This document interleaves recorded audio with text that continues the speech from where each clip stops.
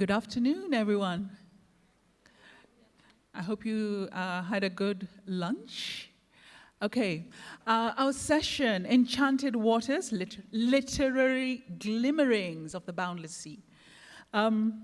We are here with writers of African descent who remind us of the power of wonder, encouraging us to see the world through a symbolic lens and highlighting the eternal relationship between humanity, wonder, and the sea.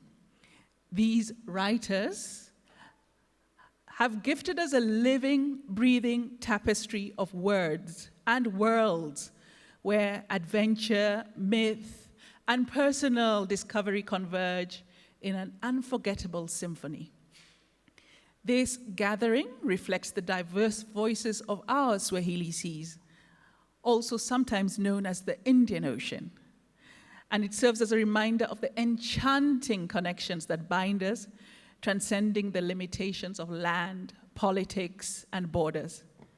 Each one of our writers here invite us to navigate the metaphorical seas of our own lives, urging us to open our eyes to the everyday wonders we often overlook or that are drowned out by the noise of the mundane.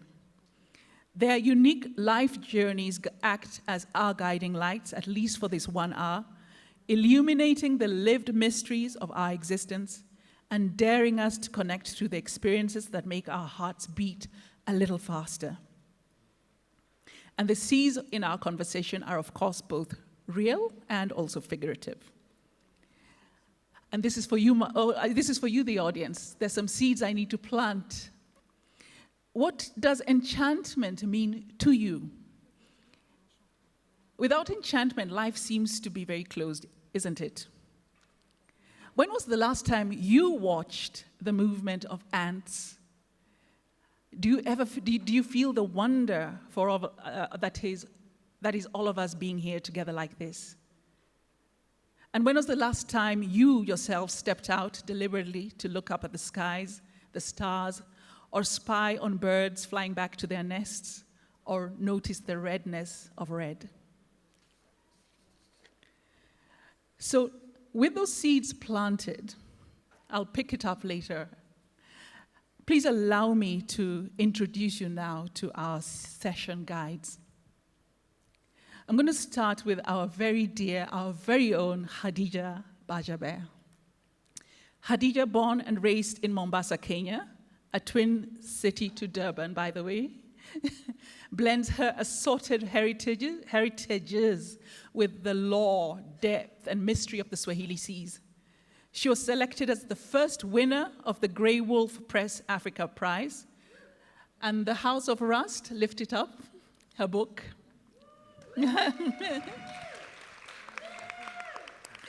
is a tale that transcends its pages, offering us, its readers, an immersive journey into the imagination of this amazing author, for whom the fantastic is not merely written about or performed on the page, but enters into reality.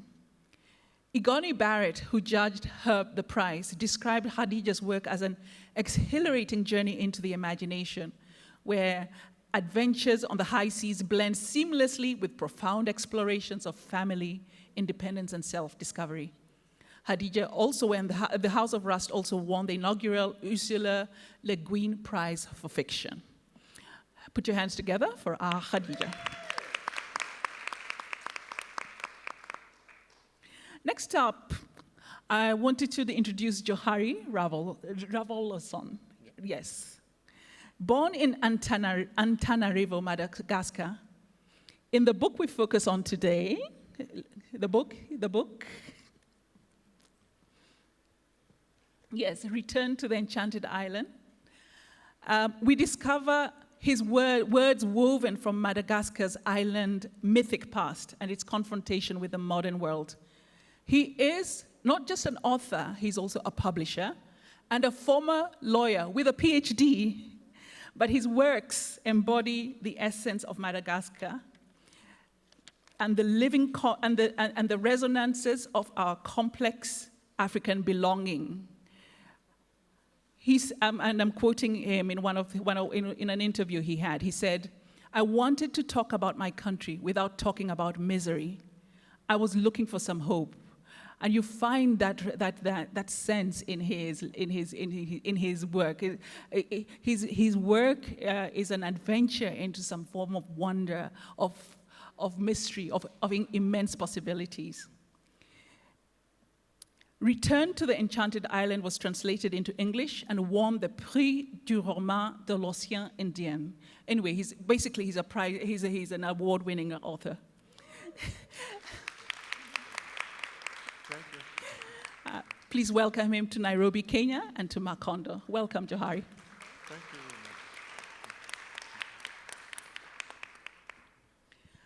I'd left Shubnum Khan because I just realized that I'd connected with her through the ethers, though she didn't know I had connected with her.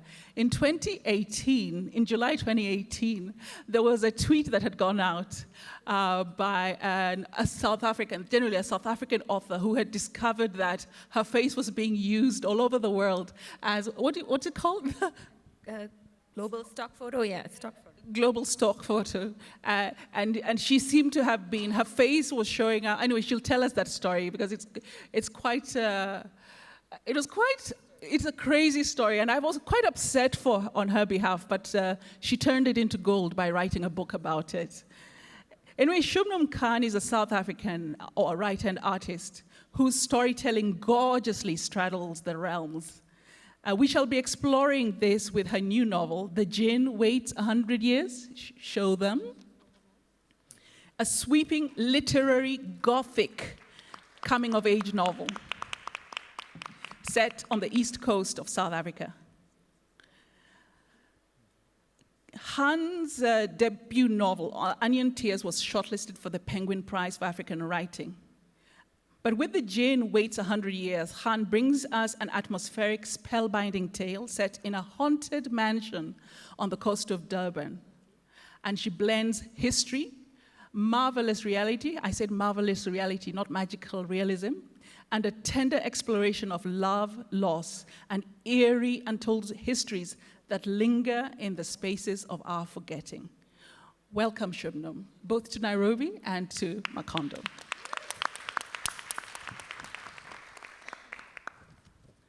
A couple of questions. Let's start from the beginning. Question number one, and this is each one of you, so that our beloved audience can hear your voices. What does enchantment mean to you? Khadija, I'll start with you. Hello. What a joy to be in conversation with everyone here. Moments ago, a bird just flew into the room there. I couldn't quite tell what its colors were. It wasn't a crow, it was some other kind of bird I've never seen before, and then it disappeared. Yes, I consider that enchantment. Perhaps the word enchantment evokes this idea of magical, or perhaps even as an evil spell being put on someone. But enchantment to me, I think, Yvonne, you mentioned watching ants. As a kid, I was prone to being enchanted by a lot of things. I watched ants so much. I watched my own shadow on the floor. I think enchantment is anything that winds itself around your heart with a sense of wonder. And it leads not necessarily to rational thought in the brain, but a kind of a whimsicalness that is almost approaching love, innocent, yes, and I feel that is maybe what enchantment might be, a willingness to be delighted as well. Thank you so much. How beautiful is that? I'll keep that in mind. And you, Shubnum, what does enchantment mean to you? But also, I think because I've laid the foundations of that Twitter story, maybe tell us a little bit about that. Then you can tell us what enchantment means to you.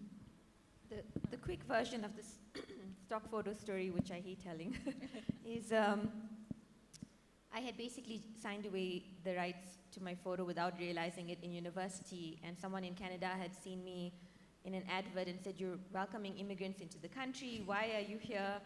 And I realized that this photographer who had done a project that day and had taken like 100 photos of different people had sold these photos as stock photos. And when I reverse Google the image, my image had come up for tooth whitening adverts and acne adverts, and they could change my name, so I would be like, I'm Dina M, and after my pregnancy I used this cream and my skin came right, and it was in McDonald's adverts in China and Singapore and all over. It was very crazy how the image had been sold all highways in India, and the thing is, it was embarrassing because the story went viral and it went on BBC and CNN, and people were commenting and saying, how stupid is this writer who doesn't read the fine print of what she signs, because I thought I had been signing it away for a project that this photographer was doing. And so the photo ended up in ridiculous places, and it went a bit viral, and that's how Yvonne knows me.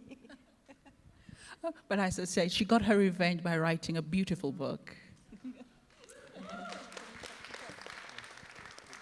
And then to answer your question about what I think enchantment is, it's very much, I think, linked to what Khadija said. It's, for me, it's having a sense of wonder about everything. And I really think it comes back to that thing of being a child and seeing the world through a child's eyes, and what does everything hold. I still remember what that was like just lying on the grass and sitting and dreaming about the future. What does the future hold? What can happen? Anything can happen, and it's so exciting when you think anything can happen. And I do try to go into the day with that feeling. Even as I get into the elevator out of the hotel, coming here, I'm like, anything can happen, anything can happen. And there's a small prayer I read in Arabic, which for me, I think makes me feel like, God, give me anything that can happen, what can happen? And I think it's important to live your life like that, because then anything can happen. And then you can end up as a stock photo in McDonald's in China, and you just don't know. But with that example aside, I think if you can open yourself up to any experience, then life does open up that door. And so that, for me, is enchantment or wonder. Beautiful. Thank you for that. And Johary? Enchantment, what does it mean for you? Bonjour à tous. Je suis ravi d'être là au Macondo Literary Festival. Ça, c'est un enchantement. Être ici avec vous, c'est un vrai enchantement. Parce que je ne m'imaginais pas pouvoir venir au Kenya, à Nairobi, parler d'un livre que j'écris il y a longtemps et me trouver ici, avoir ce plaisir de partager ce livre-là maintenant. Hello everybody. I'm very happy to be at the Macondo Literature Festival, and that in itself is a delight, is an enchantment to be here. To be able to speak about a book that I wrote many years ago and to share that with you. So it really is a pleasure to share this experience together. J'utilise aussi beaucoup les enchantements dans mes écrits, parce que je viens de Madagascar, et à Madagascar, il y a le monde réel et le monde invisible. Et même si on n'est pas obligé de croire à ce monde invisible-là, mais beaucoup de Malagas y croient, et ça influe sur leur façon d'être, leur façon de vivre. Et du coup, je dois transposer ça dans mes écrits, et l'enchantement y aide beaucoup, raconter le merveilleux. Enchantment is very present in my writing. I come from Madagascar, and in Madagascar, it's a place where we live in the real world, and many people also live in an invisible world. So not everybody has to believe in this other world, but many people do, and it influences their way of being, their way of living. And so my sense of writing from that place is that I'm also able to live that enchantment and communicate it in my writing. Again, absolutely beautiful, yeah. Khadija, does the ocean enchant you? And what do you call the ocean? Do you have a special name for it? And linked to that question, Can the ocean also be a library for you?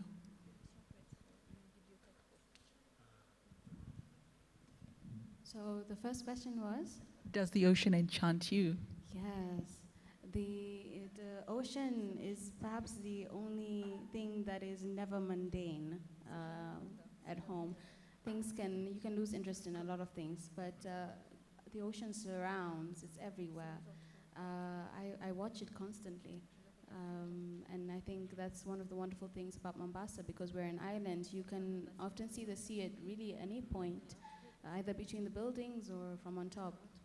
So yes, the ocean, I don't know, I think it enchants me. I watch it a lot. As for a name, these conversations about names have been really interesting to me because they didn't enter my consciousness when I was younger. When we used to talk about the sea, we just used to say Baharini, the sea. But I did understand it as the Indian Ocean growing up in geography. And I think it was actually you, Ms. Yvonne, who opened my eyes to the idea of Swahili seas. I saw you use that, I heard you use that phrase, and I was like, yeah, that makes a lot of sense. India is very far. We are very connected with India. But Swahili seas, because when I think about the ocean, I think about the coast, Mombasa, south coast, north coast, it's everywhere. So the idea of the Swahili seas kind of fit something with me. I came from an earlier talk with Dr. Mshai Mongola, and she said something very interesting about names. She said, there are two ways of naming things, or two ways of thinking about names. What we have named things in the past, the many things that things have been named, and visioning for the future. I'm paraphrasing, doing my best. The intentionality of naming things and essentially envisioning what a thing could be, so the power to give names for the future. I thought that was really interesting. So it's still those kind of ideas, being exposed to those kind of ideas are still kind of helping me form my own. But in general, the sea has always been just Bahari to me, yes. But I am very much connected with this idea of it being the Swahili seas, yes. I like that. I'd like you also, the audience, to think about your own sense of the sea, the names you also have for the sea. Just think about it. Again, towards the end, we'll probably do a quick survey of what names have come to mind. Shubnum, in this, our first encounter of the southern and eastern African Sea, she's from South Africa, so you're imagining that the seas are meeting here. First, welcome again. Right now, we're welcoming the oceans. How do the seas, as a historical and cultural crossroad, shape the stories you tell, shape the characters that show up in your story, and even shape your identity? Had you ever thought of the Eastern Sea before? So I've lived by the sea in Durban my whole life, and I think I took the sea for granted. We only went to the sea when my cousins from Johannesburg would come down, and then we'd go to the sea. Otherwise, we didn't swim in the ocean. And I think I took it for granted for a long time. But I think as I got older, and life gets more complex, and you start to know yourself or unknow yourself or whatever it is, and you realize how complex the sea is, and also how important it is to be living by the sea. I love that I can situate myself in the world. I know where I am when I know where the sea is. And that's rare. If you're inland, you can't. And it connects me to the rest of the coast and the continent by knowing where I am, especially like in Africa. Along the coast, it's all one piece. And so I think as I got older, I got more interested in the sea and what it meant to me. And then growing up, my grandfather would tell me a lot of stories, and he would tell me about coming from India to South Africa in 1935. And I used to always say, as a creative, I don't know what I'm still doing in Durban. I don't know if it feels that way in Mombasa, but everybody leaves Durban. If you have any ambition, any creative ambition, you leave to go to the bigger cities. You go to Johannesburg or Cape Town. You don't stay in Durban. And I always say, I don't know why, but I'm stuck in the city. And it's so slow and it's not moving and I'm not being nurtured creatively. But I started thinking about it and I was like, it's also the place where my grandfather came to get new dreams. Like he came for a new life. The sea brought him and they literally stayed along a river, which was the Amgeni River, which joins the sea. And I was like, maybe I didn't move like everyone else because I needed to stay where he started his dreams, you know? Maybe it's a reflection of the place where he came to stay is where I'm going to stay. And I don't know if that was a justification in my mind of why I need to be there, but I did link it to the sea literally connects me to my history, where I am.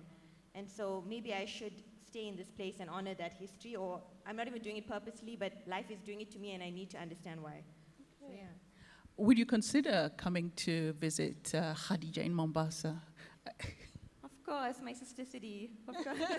I want to, I really want to. Okay.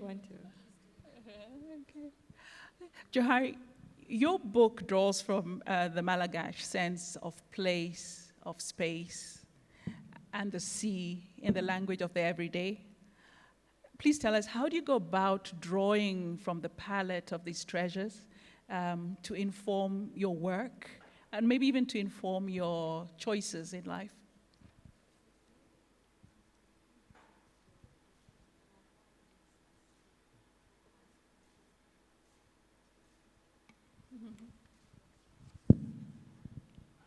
Oh, grande question. Moi, je dois dire aussi que la mer est pour moi un enchantement. Un enchantement dans ma vie personnelle, parce que je viens de vous dire que je viens d'une île, mais je viens des hauts plateaux de Madagascar, c'est-à-dire à 300 km de la mer, et avec les mauvaises routes, ça fait à une journée de route. Et donc j'ai une notion de la mer comme la notion d'un vacancier a de la mer. Lorsqu'on va à la mer, c'est le plaisir, c'est le paradis, c'est les vacances. So this is a big question. For me, the sea does represent enchantment. And it's very personal for me because I come from the high plateaus of Madagascar. So even though it's an island, it's 300 kilometers where I'm from to get to the coast. And that's actually a day of travel through difficult roads. So the notion of the sea for me is actually of pleasure, of holiday, of paradise. Mais, la mer représente aussi à Madagascar les origines. Parce que, en fait, l'île ayant été inhabitée avant, tous les Malagasy viennent d'ailleurs et ils sont passés par la mer. Et cette histoire des origines, il y en a qu'on connaît maintenant. D'où est-ce qu'on vient? On dit que les Malagasy viennent d'Austronésie, du côté de la Malaisie et de Bornéo. Il y a aussi des Malagasy qui viennent de l'Arabie, de la Perse, du Perse, mais également de l'Afrique orientale. Et donc, tous les gens qui sont venus à Madagascar sont venus par la mer. Et j'essaie de rendre ça dans ce livre en particulier qui parle des origines et de l'identité. J'essaie de combler les manques de l'histoire écrite par les traditions, mais également par des créations littéraires pour raconter d'où est-ce qu'on vient. So the sea is integrally linked to the origin story of our people in Madagascar. In fact, the island is thought to have been uninhabited until people traveled through and by the sea to our island from many places. They came from Austronesia, from Malaysia, Indonesia, and the Austronesian islands. They came from Arabia and Persia, and also from the African continent. So all that we are is from the sea.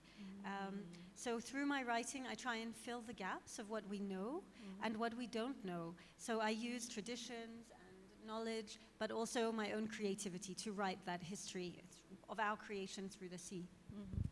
I'll stay with you briefly, and it's a question that will be for each one of you as well.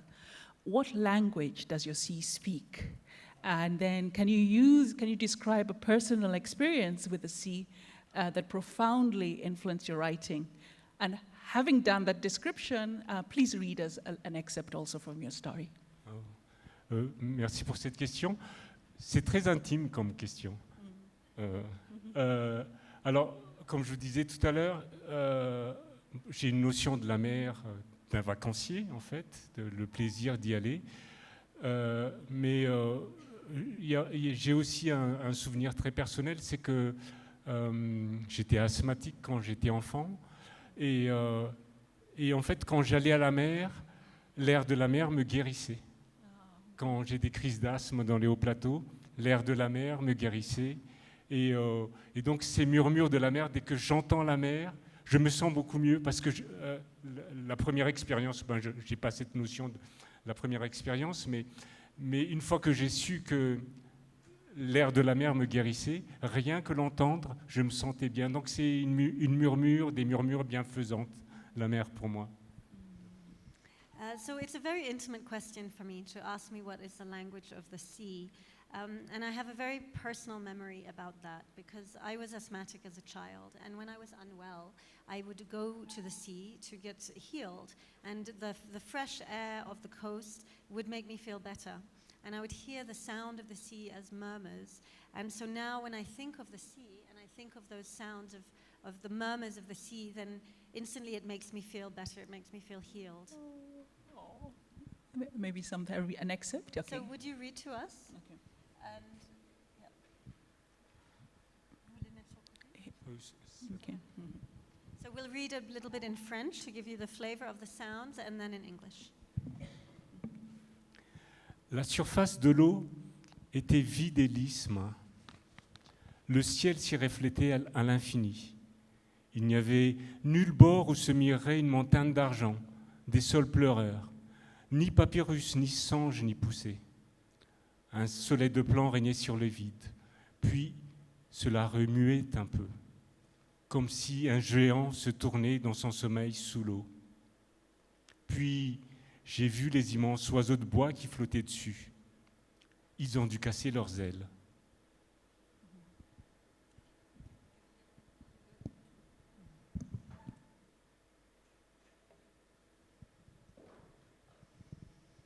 The water's surface was smooth and blank, Ma. The sky was reflected in it forever.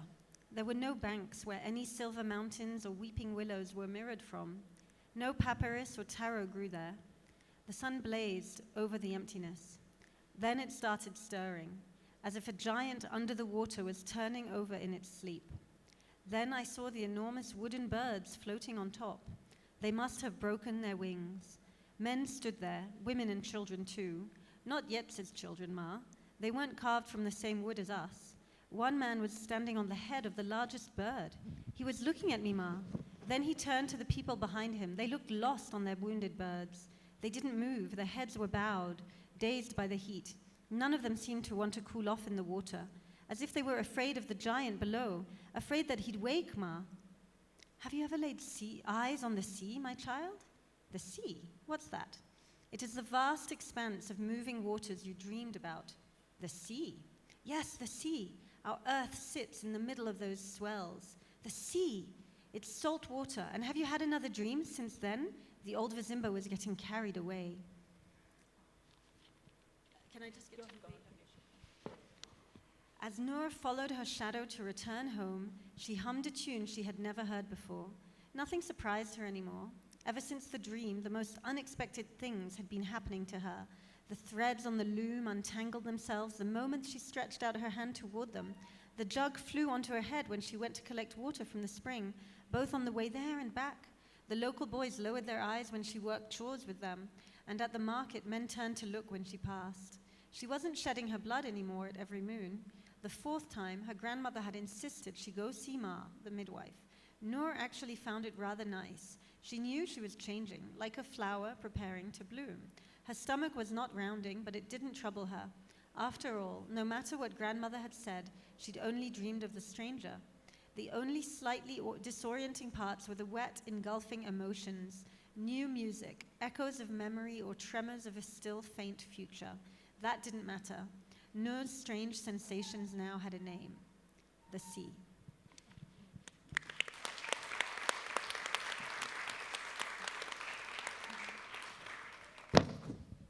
Thank you so very much. The same question, what language does your sea speak? And can you describe a personal experience with the sea that profoundly influenced both your life and or your writing?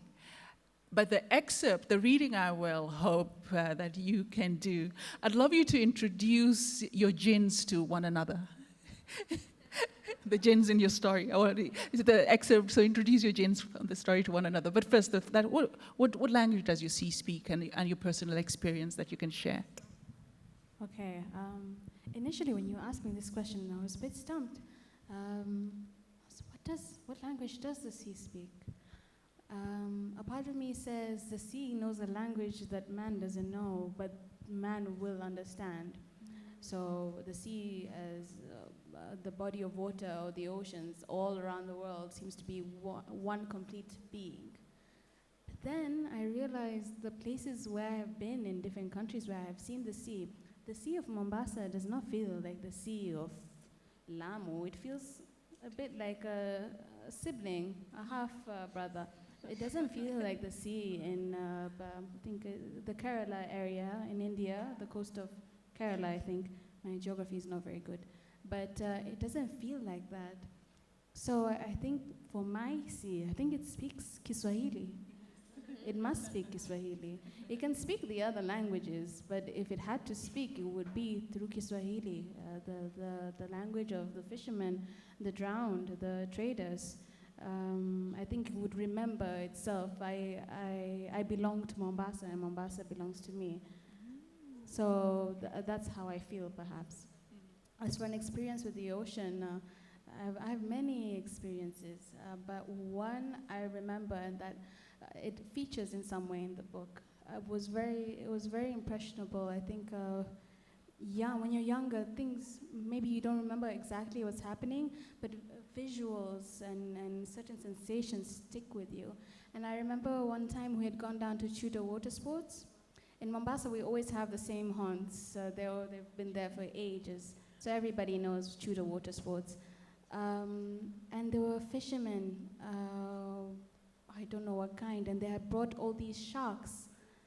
There was like, they'd all gone like shark hunting, and there were sharks all over, like set out, dead sharks. And I'd never seen a dead shark live, and not live, dead, in front of me. You know, you wonder, what does its skin feel like? You look at its eyes, there's so much blood. And that impacted me very in my memory. To see something that is from the sea, but essentially now be observed on land, it feels very strange. But I think that was one of the things that I really, really was fascinated about. And I love sharks very much. They feature prominently in the book. So I drew from that experience a lot. Yeah? And your excerpt? And my excerpt, let me...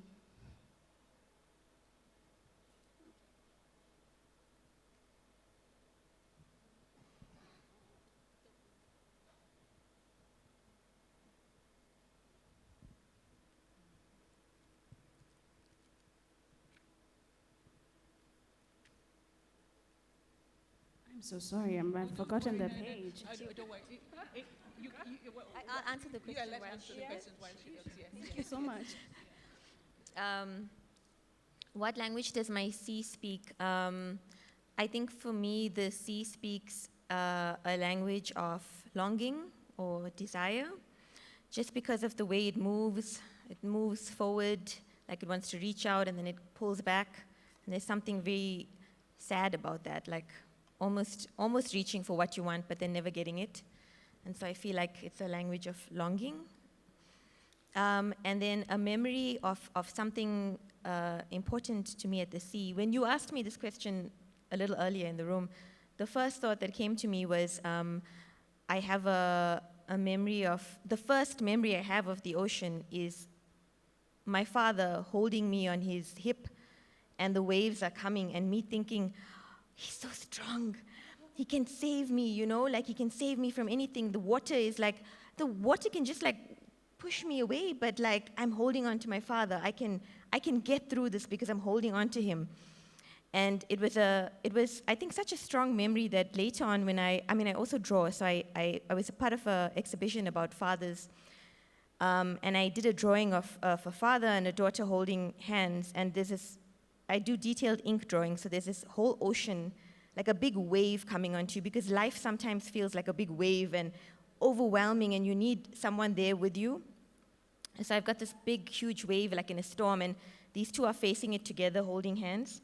But then I started getting older also, and my father started getting older, and I realized he was just preparing me for the storms. He wasn't going to always be there during the storms. So I took him out of I've got two images that I place in the front of that drawing, and I don't keep glass on it so I can change it to remind.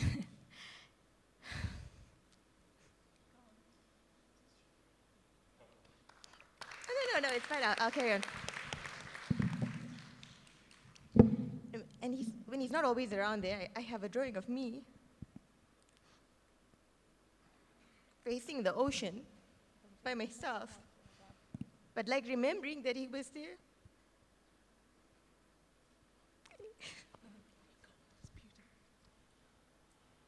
Just remembering that he was there holding my hand through the storms of the ocean, you know.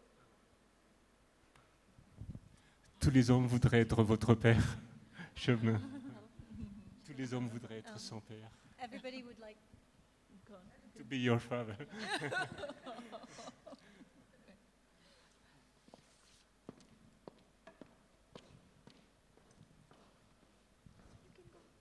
want me to do that? No, it's not. It was really beautiful, and thank you for sharing that.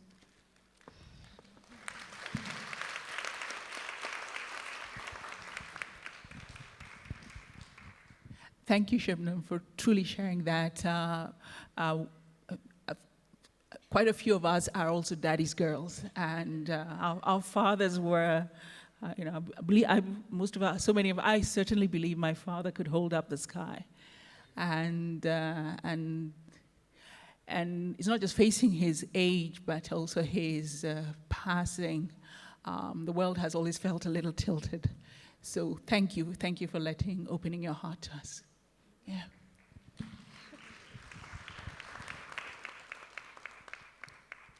Don't worry, I think a lot of us actually really felt that. So, yeah.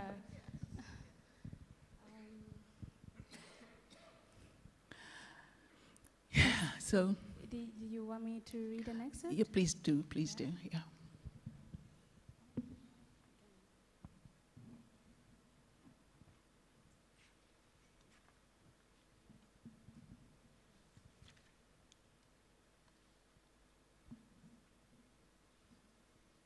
I'm so sorry, I just had it, and Now this is enchantment. something is happening, as Nigerians say, the people in my village. Let me tell you another sad story.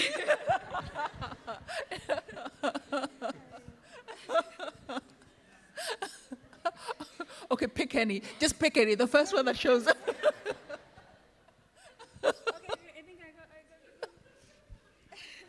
Oh my God. I swear to God, this is so Eerie. is happening. Okay, all right, I got it.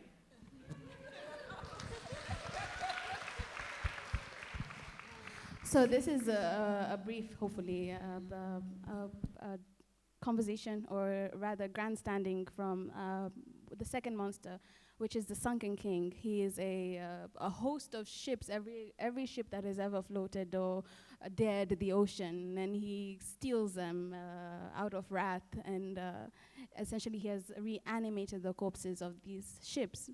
And all of the monsters in the book are very grandstanding. They always want to stand on the podium and tell their stories and say, here I am, and this is what I'm about. So this is the Sunken King, and he says, where do the old contracts manifest?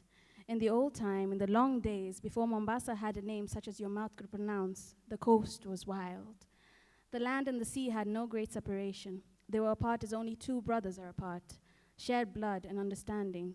There was a language between them. The shoreline was not a slash upon which the two were severed, but the very seam, parting only as a mouth does. These two were joined. In the old time, in the long days, the genies of the sea moved freely and spoke and lived among the genies of the land. Sea and land and sky, merely provinces. And then man was created. And what a new thing man was. Newborn, interesting, a blood clot hatched. So favored, yet so burdened. Your prophets came with their flocks spread. They sought living spaces, built and explored and procreated. They sprouted other prophets and were honored. How soon did they turn our dwellings into hunting grounds? The coast was wild, the lands whistling with us. Man built villages and lived. In those days it was not so strange, nor so rare for Adam's skin and mind to converse, trade, marry, and swear to labor together and for one another. No place was more full of contracts such as these than Mombasa. One family in service to another, one family vassal of another. The alliances, if you will, the fealties were the culture and tradition. And then I will skip ahead to say one of the things that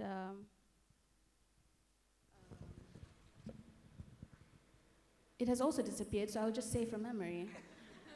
Something strange is happening. The sunken king asked Aisha, in the old days, when people forgot, do you know what it is like to be at the heart of the prayer? And he asked her, who do you think relinquishes their position best? The people, the creatures that are believed in, who have been at the heart of the prayer, been at the heart of rituals, who've been seen as gods, or the people who worship them. And yes, that Sunken King did not want to be read today. I had the page, I swear it. But yes, that is it.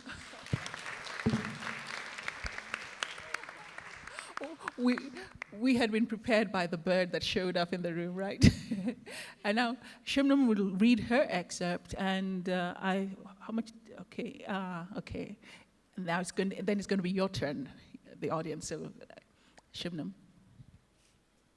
So this is just to introduce you to the jinn. It had not always been this way. Once the jinn walked in the world of mankind, a bit quieter than most, a bit more lonesome, but a jinn that walked nonetheless. It walked to many places in the world and swam through many seas. It moved among men and watched how they lived and how they fought. Men were the same everywhere. Power-hungry creatures, always engaged in wars. They smelled bad and were selfish and told lies, especially to themselves. The jinn grew to hate men and tried to stay as far away from them as possible. It moved from its forests in the steamy south of India to the capital in Delhi, where there were many other jinns. But the smog made it choke. It hacked out globs of phlegm and rasped out coughs that left it clutching its throat.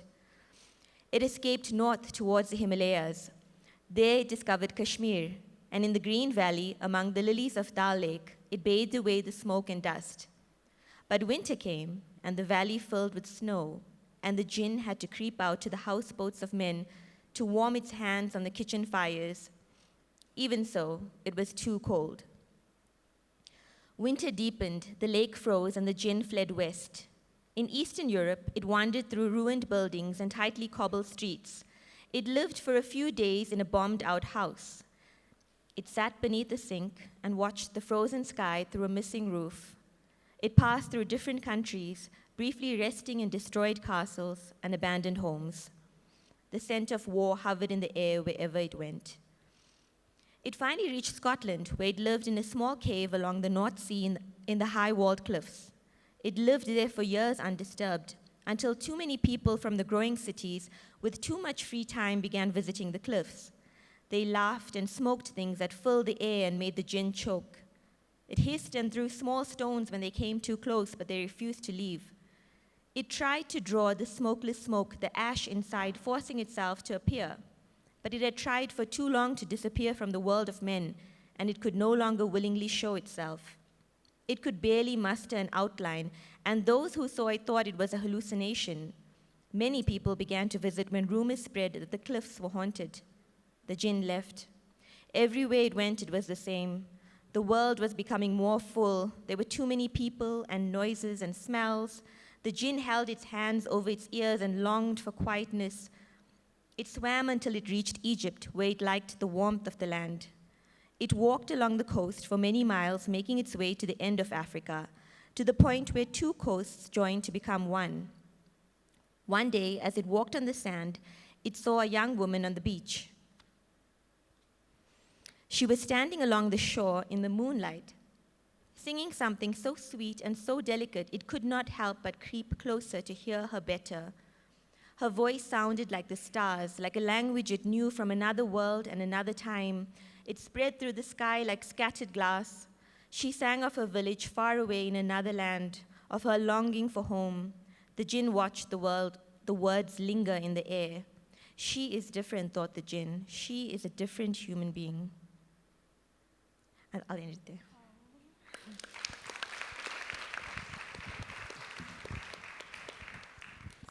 Each one of these books is poignant and kind of multidimensional. They take you on incredible journeys of possibility.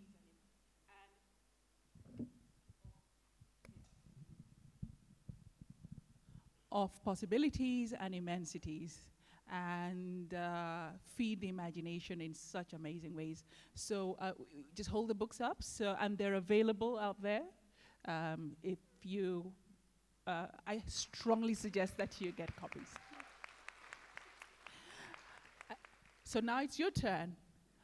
Questions for our guests here, and I guess on anything under the sun or under the sea.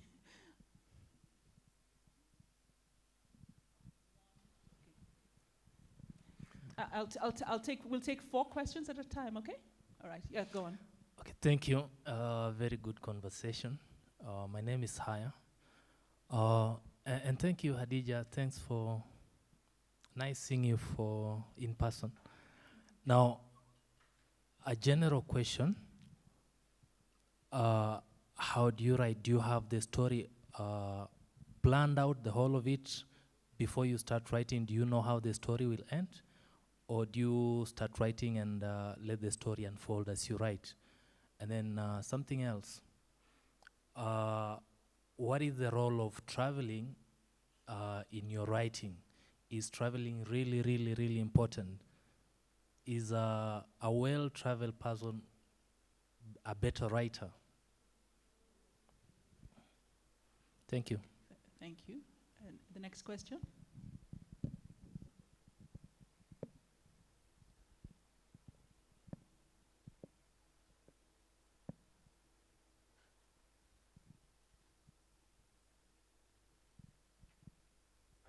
Hello. My question is for Khadija. I enjoyed your book so very much. The House of Rust definitely remains one of my favorite books.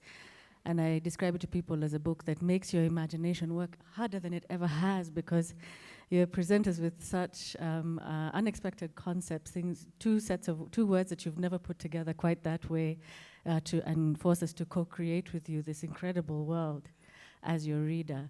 So I'm interested in how those very unusual concepts came to you, the ideas that show the creatures, capacities, the things that happen in that imaginary world that you created.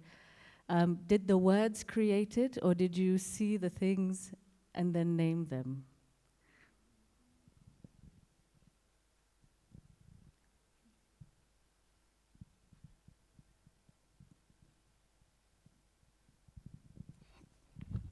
Hi, my name is Theophilos. So for starters, this is for Shubnum. So while you spoke, your words evoked memories of the first time I saw the sea as well. I saw the sea for the first time in the company of my late father also. We actually drove 13 hours to the Atlantic Ocean. And then when we got there, I did not know what to think. So the language of my ocean or my sea is mystery. So what happened was, as soon as we got there, he said, "Stay here and don't move." He took off his clothes and he disappeared. And I wasn't actually thinking of the fact that he disappeared. I was thinking of the ocean. Like, where does this end? If I get to, I actually thought the ocean had an end, like, because I saw the horizon and I thought that was the end. So I was asking myself, when I get there, do I fall into the sky, or what happens? You know, so I could actually relate to what you said. My question is for Yvonne and for Johary. So how does your perception about the world change as you grow older, and how is that reflected in your writing? That's question one. And question two is, what's the place of humor in your writing? How do you incorporate humor into your writing? Thank you very much.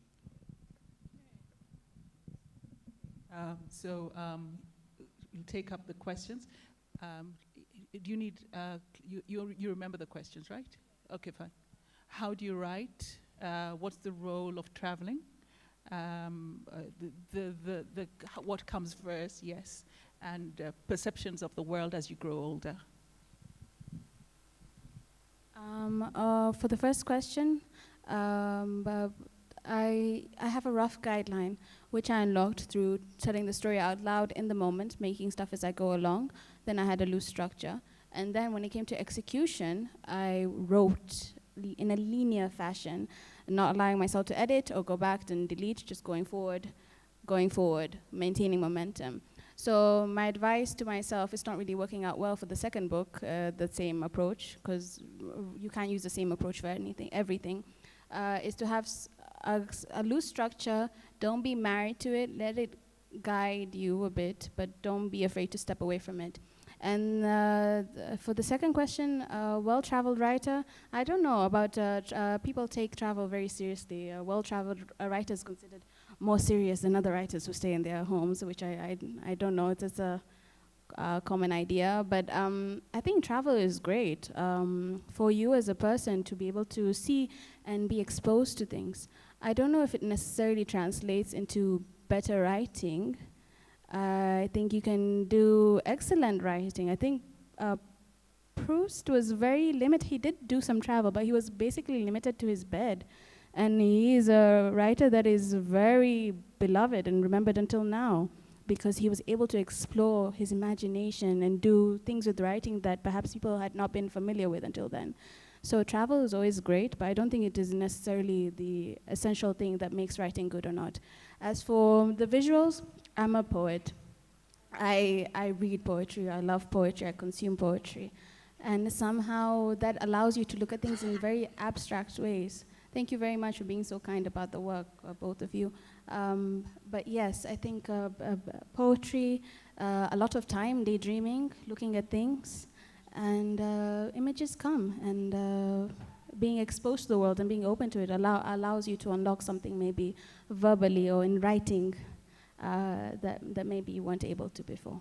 Yes. Lovely. I'm going to ask Shubnum to also respond to the same questions. How do you write, and is traveling important? I took almost 8 years to write this book because I'm such a messy writer. I don't have structure. I don't think about what I'm doing. I just think about the characters and where they want to go, and they're just exploring this house. They're just opening doors and figuring out where they want to go, and eventually I get to know the characters along the way, and then they lead me where they want to go. So I really think for the next book I got to start thinking about having structure and thinking about the beginning and ending, because I need to get through it faster. It's taking me too long to sit with these characters. It's just not right. And in terms of, do you need to travel to be a writer? And I found that question so fascinating, because I come from a very conservative family, so I wasn't by my family, I wasn't allowed to travel by myself until I was like 30. And I remember wanting so until recently. I'm so young. No, I'm joking.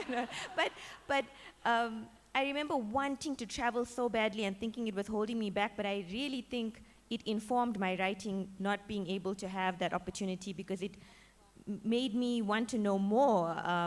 I wanted to learn more, and I wanted to read more because of all the things that I was missing out on. So I think that longing actually helped my writing. Lovely.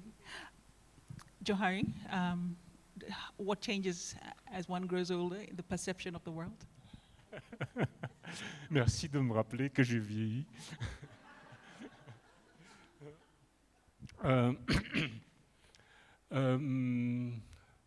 Oui, bien sûr, ça change de connaître plein de choses, mais j'ai l'impression, si je peux faire le parallèle avec la question du voyage, le voyage comme le voyage physique, à changer de pays, changer de ville, comme changer de temps au fur et à mesure du voyage dans l'existence, change effectivement les perceptions parce qu'on connaît plus de choses, on se rencontre des erreurs ou des belles choses qu'on aurait fait, mais en même temps, on peut voyager autrement aussi, autrement que dans le temps ou dans les physiquement en changeant de pays.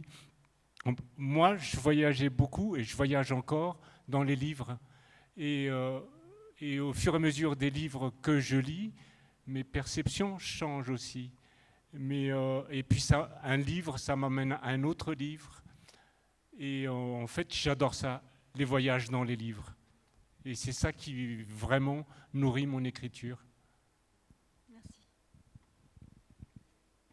So thank you for reminding me that I'm getting older. So yes, I've obviously learned more as I get older, so my perception changes. But let me go to the question about travel, because there's an interesting parallel there. So we can travel physically in space, we can move from place to place, from country to country.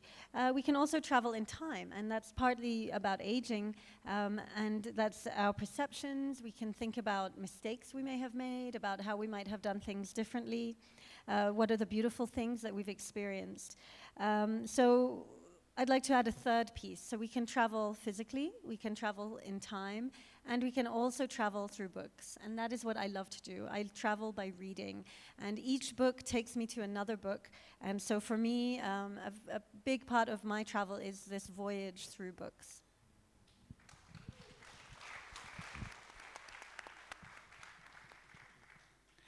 If through an act of enchantment one can get rid of the timekeeper,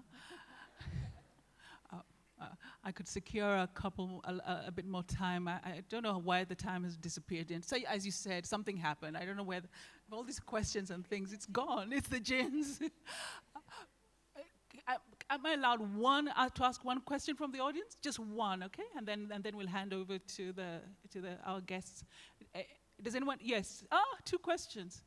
Can I sneak in? Just 1 minute. Just one. Oh, look, one question has doubled. It's enchantment. Okay, so those two, we'll take those two questions. Thank you. Really fast. I think I knew why the page was lost, because I think Yvonne was going to find Muhyiddin there, because the Sunken King actually went with Muhyiddin. But my question to those who come from the sea, what do people think of the small waters of the rivers, that our rivers bring to you? Does it change your history? Do you think about our mountains, the waters they bring to you? Do they make part of your history as the ocean? Or you people interact with the waters the way they have reached the ocean and settled there? What about us from the rivers, from the mountains?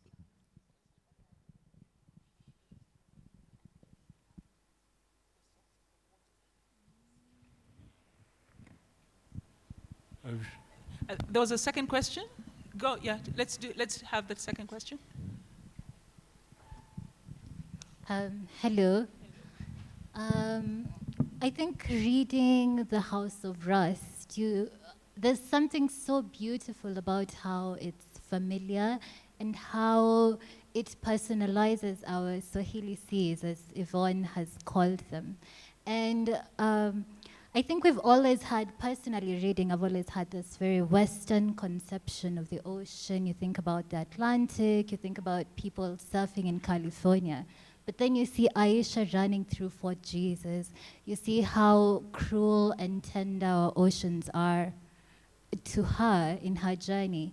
And I think what I would love to ask the writers, to just set out to personalize the oceans for not just yourselves, but the people close to your little piece of the ocean, or Was it just something that happened incidentally in the process of writing? Yes. Okay, so each of the writers will respond to those two questions.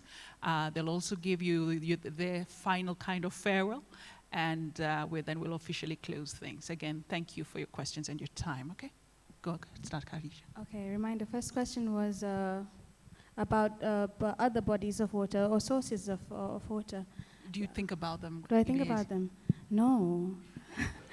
I do. I think about them sometimes, but for me the sea is so enormous, and I'm not very good at geography, so I've always been concerned with the sea and the rain. But I do look at rivers as more independent beings, like rambunctious lastborns. That is how I see it. Everything is connected. Everything is the source. I don't know what the source is. The second question is about, I guess, looking at the ocean from less of a Western context. I think in the stories that we go forward and tell, we are not necessarily going out with the intention of, I want to write against. I think that happens, you get authentic work or work that is convincing when you draw from something that is deep within you, rather than looking for an audience. And I think the seas, I was able to be connected to it from a young age. And it's not a very special connection, it's a connection that a lot of people have. And that allowed me to make it dear to me in my work, in the ways that I understand it. I hope that answered the question properly. Thank you so much for coming. This has been a wonderful conversation. And I'll pass this to you. I agree with the second question that you've answered, so I'm not, I mean, that's similar to what I would have said.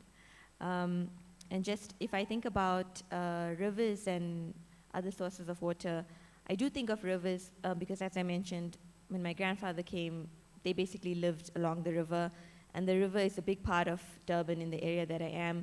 There's a point where everybody goes to where the river meets the ocean, and I like to go there because I always feel like that's a very powerful place where, you know, river water becomes sea water, and it's the mouth of the ocean, and I think it's very important.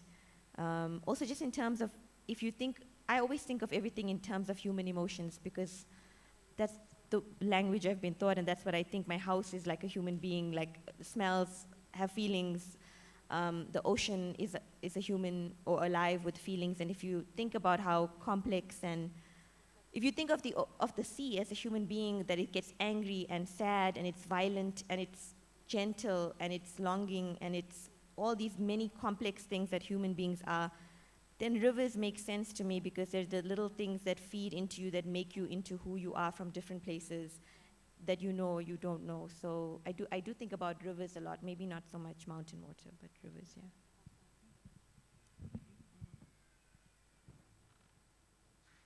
Merci pour toutes ces questions très, très intéressantes.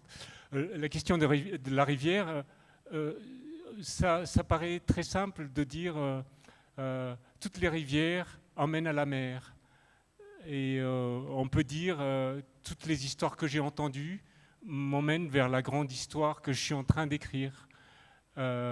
Et en fait, je suis nourri de ces histoires et des livres et des rencontres que j'ai. Et on peut dire, ça, c'est les rivières. Et mon livre, c'est la mer. Alors, ça a l'air très logique, ça a l'air très simple, mais la vie est en fait plus difficile que la loi de la géographie, qui fait que l'eau va tout le temps à la mer. Et j'aurais bien aimé que mon dernier livre soit déjà traduit, parce que ça parle de ça, en fait. Et dans ce dernier livre-là, je voulais faire l'inverse, inverser le cours de l'eau. Mais c'est très, très difficile. Thank you very much for these questions. So it seems fairly simple to say, well, to talk about rivers and to say, well, all rivers lead to the sea. And you could also say that all stories have led to the bigger story that I'm going to write. What I mean by that is that I'm nourished by all the encounters I've had, all the discoveries I've had through life. And in a sense, my story is the sea. It's made up of the sea. So it's a shame that my latest book hasn't been translated, because in fact, in that book, I explore the opposite.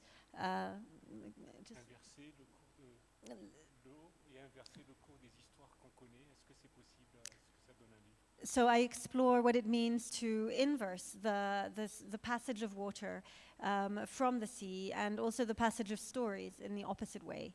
And so that's my latest book. What's the name? Tribunal des Cailloux. Tribunal des Cailloux? Oui. So like tribunal of stones, tribunal of rocks. Well,